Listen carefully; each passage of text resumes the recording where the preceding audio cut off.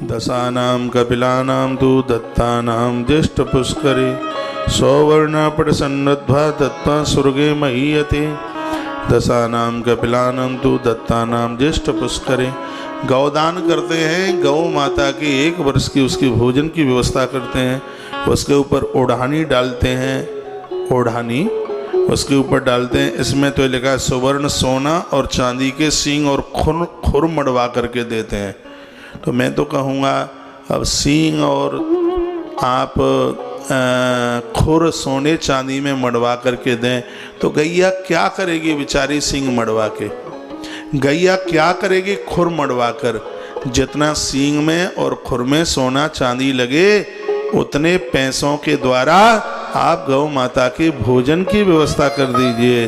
तो लिखा है ज्येष्ठ पुष्करे कपिला नाम, पुष्कर जैसे तीर्थ पे कपिला गैया का दान करने का जो पुण्य प्राप्त होता है, गौदान के साथ साथ उसकी 1 वर्ष की भोजन की व्यवस्था करने पर गौदान करने वाले उस महापुरुष को भैया पुष्कर में 10 कपिला दान का पुण्य प्राप्त होता है, उतने फल की प्राप्ति हो जाती है। लोग हमें कहते हैं महाराज जी गैया के सींग मड़वाने हैं। लोग कहेंगे हमें तो मैंने के खुर मड़वाने हैं, क्योंकि हमने सुनी है कि गैया के सींग सोने में और बाकी खुर हैं वो चांदी में मड़वाए के दे तो 10 गैया को पुण्य मिल जाए। वो राजा नरक के प्रसंग में ऐसी कथा आती है। तो हम कहते हैं गैया बेचारी क्या करेगी सोने चांदी का, तुम मड़वाई दोगे तो पंडित जी महाराज निकरवाए के घरवाई के काजे झुमकियाँ और पत्नी के पान के काजे तोड़ियाँ बनवाए के ले आएंगे, और क्या करेंगे? हाँ, पंडितानी के काजे ले आएंगे बनवाए के झुमकियाँ और तोड़िए ही कहते हैं बातें। तासों तो बढ़िया जो तुम बाकी सींगन में सोनो लगाओ, पान में चांदी लगाओ, उतना पैसा उसमें खर्च होता है, उससे उसके भोजन की व्यवस्था कर दो तो वह और ज़्यादा बढ़िया है, बहुत ज़्यादा बढ़िया है। काऊ ने हमते कही कि तुम्हारे भगवान के पास सोने को मुकुट नाए।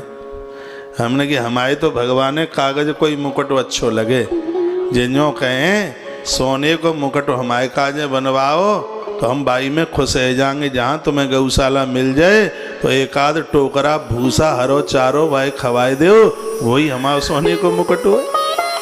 और क्या हंस रहे हैं जो बात हम कह रहे। तो बोल बांके बिहारी लाल की जय हो। और हमने भी आपको सैकड़ों बार कहा है, दास से मिलने के लिए कोई भक्त यहाँ आवे, ये 1000 रुपया किलो की इतनी महंगी मिठाई खाई क्यों ला रहे हो? तुम पे पैसा बगैर ढूंढ रहे हैं, जो ही खर्च करें दे तो महाराज है। तुम 1000 रुपया की काजू की बर्फी लाए के प्रसन्न नहीं कर सकते?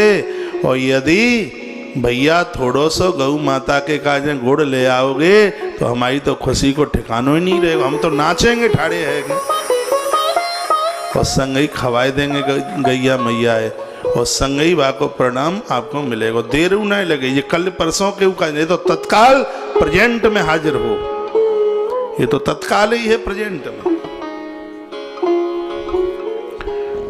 तो हम पे दुनिया भर की तो अभी धोती धरी है, बेचारी फटनाए रही 2012 तक की धरी है ना। तो कपड़ा लत्ता में पैसा खर्च करो, बिल्कुल जरूरत ही नहीं। इस समय कोरोना का काल चल रहा है, जीव बड़ा परेशान है। आपके आसपास भी इतने गरीब दीन दुखियारे लोग हैं, सर्दी से बचने के लिए ना उनके पास स्वेटर है, ना उनके पास कंबल है, ना उनके पास में वदन ढकने के लिए वस्त्र है। अपने आसपास गली मोहल्ले में देखो, इधर उधर देखो, अपने ऊपर धन कम खर्च कीजिए। प्रकृति के भरण पोषण में आप खर्च करेंगे तो सत्य यही है कि आप ही नारायण हैं, आप ही है नारायण, आप ही वह भगवत रूप है। उनका ख्याल रखिए। यदि ईश्वर ने आपको आपकी जरूरत से ज्यादा दिया है। परसों के दिन एक बात बोल गए थे हम, उसका श्लोक ये सुन लीजिएगा। हम सोच रहे थे पता नहीं कि ये प्रमाण कहाँ का है, अब वो प्रमाण ये अग्नि पुराण में मिल गया। हमने आपको बोला था परसों, जो धर्मशाला और गौशालाएं बनाते हैं उनका अंतिम संस्कार स्वयं भगवान करने के लिए आता है, भले ही कौन से ही रूप में क्यों ना आवे। उसका ये श्लोक लिखा है, गृहम मठम सभाम स्वर्गी दत्याशाच प्रतिश्रयम तद्वा कृत्वा गोगृहम च निष्पापः स्वर्गमाप्नुयात्। इसमें स्पष्ट लिखा है, गृहम मठम सभाम स्वर्गीम दत्वा स्वाक्च प्रतिश्रयात्। इसमें गृह मठम सभाम स्वर्गी गौ दत्वा साच प्रतिष्ठिताम, इसका अर्थ है कि लोगों को रहने के लिए जो धर्मशाला, जहाँ रहने पर कोई पैसा पूसा ना लिया जाए, लोगों को स्थान मिले, आवास मिले, उस तीर्थ में, उस धर्मशाला में रहने वाले लोग भजन पूजा पाठ करेंगे तो फल तो उन्हें मिलेगा जिनकी ईंट लगी है। पहले धर्मशाला ही बनती थी, आजकल तो होटल बनते हैं। कल ही तो मेरे पास कोई बैठे हुए थे, कहा महाराज जी आश्रम में जगह नहीं थी, लोग ज़्यादा थे और हम होटल की तरफ चले गए तो रुपया तो बहुत ज़्यादा। हमने पूछा कितना लगा, वो बोलते हैं 3000 बताया था। 3000 रुपये। मैंने कहा इतना कैसे? बोलते हैं कि जब वृंदावन लबालब फुल होता है तो 2-3 हज़ार से नीचे कमरा मिलता ही नहीं है। क्यों ऐसा हो रहा है? क्योंकि आज तीर्थों में धर्मशालाएं नहीं रही, इसलिए बड़े बड़े उद्योगपतियों ने भी तीर्थों में जाकर होटलों से अपना व्यापार बढ़ा दिया। सब जगह लिखा है ओयो, पता नहीं ये क्या है ओयो, सब बिल्डिंगों पर ओयो लिखा। क्या है ये ओयो? होटल है?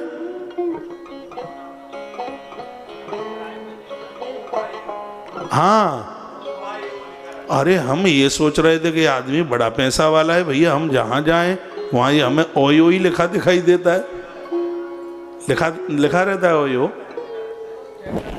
है? अच्छा, पता नहीं क्या होता है, सब जगह लिखा ओयो। इतना महंगा ये क्यों हो गया? इसलिए सब हो गया, तीर्थों में रहने को जगह नहीं। आदमी रुकना भी चाहता है तो कहां से आएंगे 3000 रुपया? आएंगे कहां से? नहीं होती है व्यवस्था। जिनके पास है वो तो दे देंगे, जिनके पास नहीं है वो कहां से देंगे?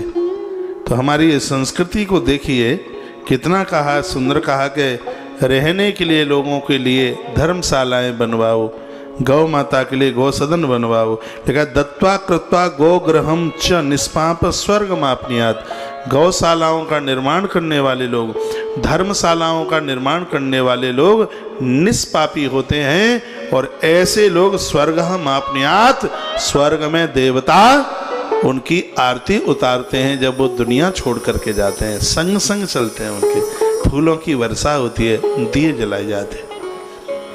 जैसे प्रकार से अपनी गली में कोई विशेष व्यक्ति आ जाए, ये इसी ग्रंथ में लिखा है अग्नि पुराण में, तो उसके आसपास इतनी भीड़ हो जाती है, लोग माला ले लेके खड़े होते हैं। कोई गुरु आ जाए, संत महापुरुष आ जाए, यदि कोई व्यक्ति भले भले काम यहाँ से करके जाता है तो मरते समय कांटा लगे इतना भी दर्द नहीं होता, और पापी को इतना दर्द होता है कि 20 करोड़ बिच्छू डंक मारे। दोनों की मौत में इतना अंतर है। धर्मात्मा की मृत्यु होती है, मरने में इतना भी कष्ट नहीं होता जितना कि बिच्छू डंक मारे उतना भी। जिसने अपराध किए हैं, पाप किए हैं, उसको मरने में बड़ा कष्ट होता है। तो जो धर्मात्मा इस दुनिया को जब छोड़ करके जाता है तो वहां देवताओं की भीड़ हो जाती है, फूलों की वर्षा होती है, आरतियां उतारी जाती हैं, उसके लिए रंगोली सजाई जाती हैं, उसका इतना आदर होता है, इतना मान होता है, वहां उसके जय जयकारे लगते हैं। वहां कहते हैं देखो वो फला फला व्यक्ति आया है जिसने जीवन भर धरती पर शुभ कर्म किए हैं, अच्छे काम किए हैं, उसके जय जयकारे वहां पर लगाए जाते हैं।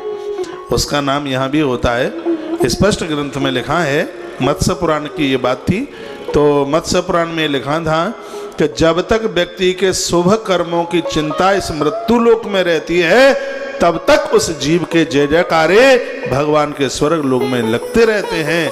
तो क्यों नहीं अच्छे काम किए जाएं? क्यों बढ़िया क्यों ना काम किए जाएं? धूर्तपने के काम क्यों किए जाएं? अच्छे काम करो, बढ़िया काम करो भैया।